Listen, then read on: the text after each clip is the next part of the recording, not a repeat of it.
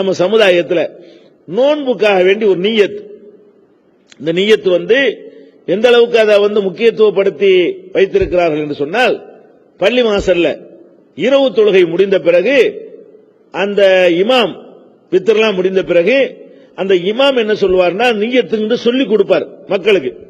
எப்படி சொல்லிக் கொடுப்பாரு?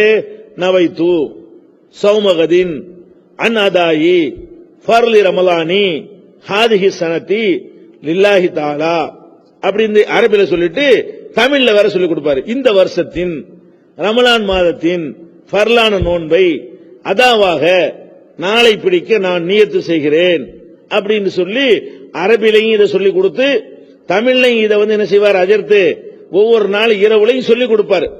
எதுக்குன்னா அதை மனப்பாடம் பண்ணிக்கிறதுக்காக வேண்டி. அதை என்ன செய்வாங்க, எல்லாரும் 3 மணிக்கோ 4 மணிக்கோ சாப்பிட்டு நியத்து செஞ்சுட்டீங்களான்னு கேட்பாங்க.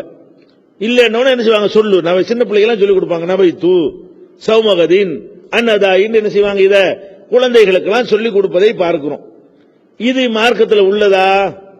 நபிகள் நாயகம் ஸல்லல்லாஹு அலைஹி வஸல்லம் உடைய எந்த ஒரு ஹதீஸ்லாவது நவைத்து சௌமகதின் நம்ம படிக்கிறோமே, இந்த வாசகம் இடம் பெற்றிருக்குதா? இல்ல. சஹாபாக்கள் இப்படி சொல்லி இருக்கிறாங்களா? இல்ல. இந்த நவைத்து சௌமகதின் என்பது பிற்காலத்தில் நம்மளா உண்டாக்கி கொண்ட ஒரு விஷயம்ங்க. இதுல பல விஷயங்களை நீங்கள் புரிந்து கொள்ள வேண்டும். முதலாவது விஷயம் என்னன்னு கேட்டா, நியத், நோன்புக்கு நியத்து வேண்டும். நோன்புக்கு மாத்திரமில்லை, எல்லா விதமான வணக்க வழிபாடுகளுக்கும் நியத்து அவசியம். ஏன்? நபிகள் நாயகம் ஸல்லல்லாஹு அலைஹி வஸல்லம் சொன்னார்கள், இன்னமல் அமாலு பின்னியாத், எல்லா அமல்களுமே நியத்துகளை கொண்டுதான் அளவிடப்படுகிறது, எண்ணங்களை கொண்டுதான் அளவிடப்படுகிறது என்று நபிகள் நாயகம் ஸல்லல்லாஹு அலைஹி வஸல்லம் சொல்லி இருக்கிறாங்க. நியத்து அவசியம். நியத்துனா என்ன? ஒருத்தன் தொழுகிறான்னு வைங்களேன், நான் எக்ஸசைஸ் பண்ணுகிறேன் அப்படின்னு சொல்லி ஒருத்தன் தொழுதானேயானால் அதுக்கு பேர் தொழுகை கிடையாது. எதுக்கு அவன் தொழுவனு? இதை நான் அல்லாஹ்வுக்காக தொழுகிறேன் நினைச்சு தொழுதாதான் அதுக்கு பேர் தொழுகை.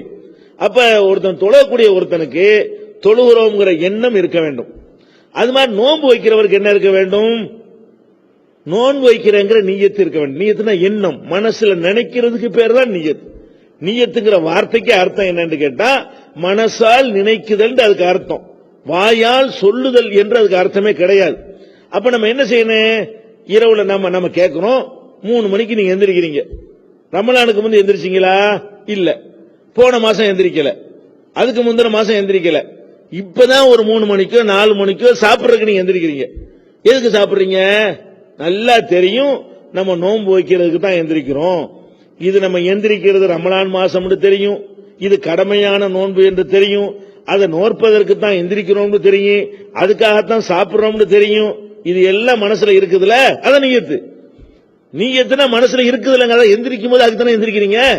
அப்ப மனசில் அந்த எண்ணம் இருக்குமையானால் அதுவே நியத்தாக ஆகிவிடுகிறது. அதை போய் வாயினால ஒருக்கா சொல்றது என்பதுங்கிறது நம்ம பின்னாடி உள்ளவர்கள் உருவாக்கி நம்ம மேல திணிச்சு விட்ட தப்பான சட்டம் என்பதை நீங்கள் புரிந்து கொள்ள வேண்டும்.